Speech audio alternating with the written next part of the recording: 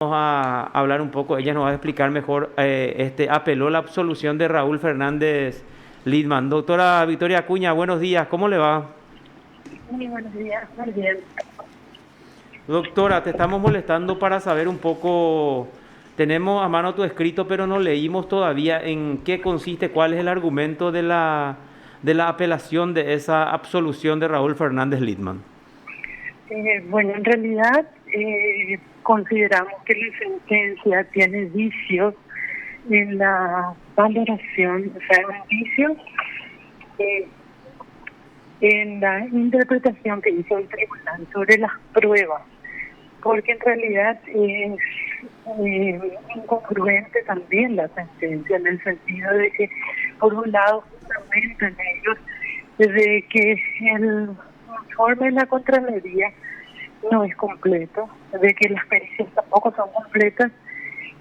Sin embargo, ellos, por otro lado, toman esas, tanto el informe de Contraloría diciendo de que es la institución encargada de hacer el estudio de correspondencia de todos los funcionarios públicos, toman como veraz, a pesar de decir que es incompleto, ¿verdad? Entonces consideramos que hay vicios en la sentencia que permiten que se pueda anular esta sentencia y y solicitamos un reenvío para que se vuelva a juzgar esta conducta en otro juicio oral y público con otros tribunales, ¿verdad? Básicamente es eso. Y finalmente también algunas circunstancias que ellos mencionan que no son de la manera que ellos afirman, porque mencionan, por ejemplo, de que el Ministerio Público recién pidió el estudio de correspondencia con la acusación, y eso no es así. El estudio de correspondencia se pidió, fue lo primero prácticamente tras las diligencias que se solicitó, inclusive se tuvo que solicitar vía judicial, porque en ese momento la interpretación del entonces contralor Enrique García era de que el Ministerio Público no puede solicitar directamente, sino que tiene que ser el órgano jurisdiccional. Tal es así que ya llegó la fecha de acusación con prórroga extraordinaria, porque habíamos solicitado la prórroga de manera a obtener esa información de la Contraloría. No la obtuvimos y se volvió a ofrecer esa prueba con la acusación. No le quedó claro en definitiva al tribunal, pero se hace esa afirmación. Y otras circunstancias también que en la fundamentación, evidentemente ellos no tuvieron en cuenta ciertas pruebas del Ministerio Público, por lo cual absolvieron la conducta del señor Fernández Litman. Correcto, o sea, tendría una fundamentación aparente, pero entonces, doctora. O, En realidad tiene, sí, podríamos decir que una fundamentación aparente. En realidad es contradictoria la fundamentación.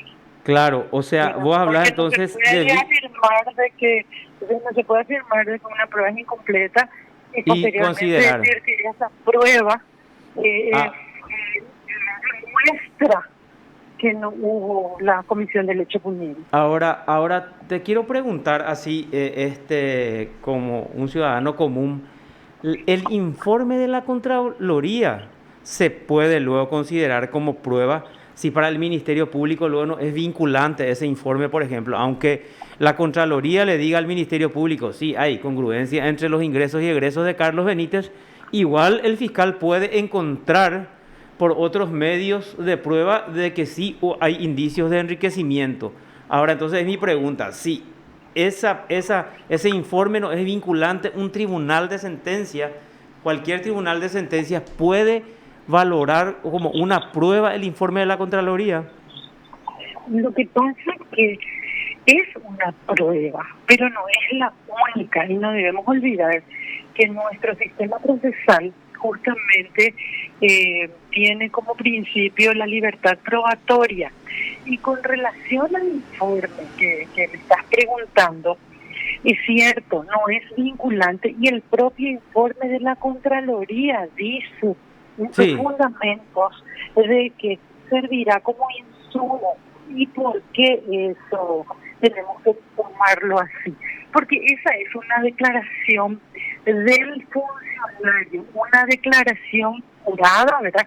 Que tiene la obligación de decir la verdad, pero en la práctica sabemos que no siempre se dice la verdad. Y en este caso en particular, eso quedó también descubierto durante el juicio. Y hago el mención de que en esta declaración jurada, dos declaraciones juradas son las que se tuvieron en cuenta para hacer el estudio de correspondencia. Una de 2015 y otra de 2016.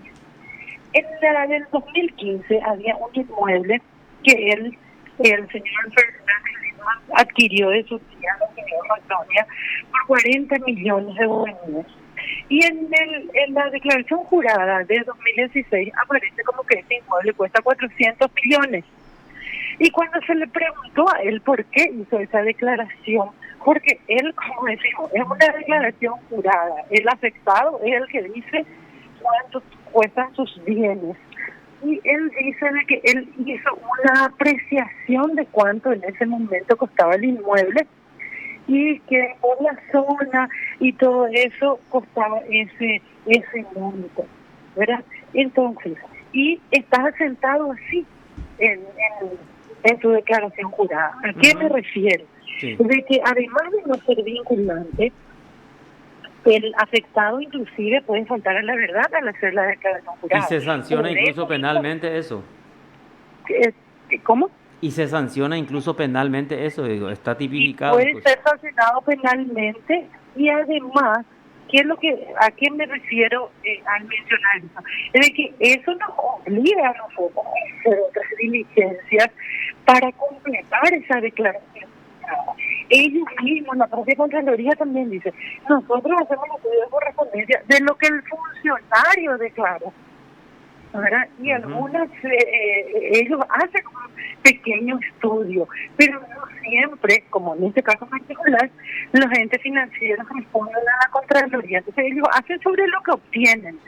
Y, sin embargo, cuando es en el marco de un proceso penal, la falta de respuesta a algún procedimiento al Ministerio Público hace adquirir responsabilidad a aquella oficina que no colaboró. ¿Verdad? Entonces es evidente cuando el Ministerio Público solicita, porque lógicamente siempre obtenemos respuesta.